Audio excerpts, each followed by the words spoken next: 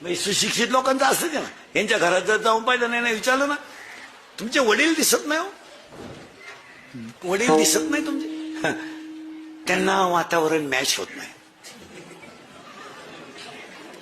Match होत नाही वातावरण, आणि ते फार चिडचिड करतात.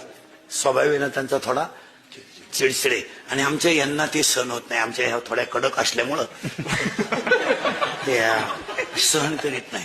त्याच्यामुळं आम्ही त्यांना राजूरच्या पुढे नेऊन टाकलं,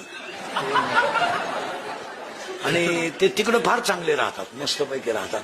आणि आम्ही रविवारी त्यांना भेटायलाही जात असतो. बिस्किटचा पुडा बेडा नेतो. पहिल्यापेक्षा ते मजेत आहे. आता आम्ही गेलो तर हसले ते, मग हसले म्हणजे त्यांनी तुम्हाला पाहिलं फाशी घ्यायला लावलं. त्यांच्या काळावर आम्हाला चांगलं जाणवलं आता. आणि तिथं व्यवस्था सुद्धा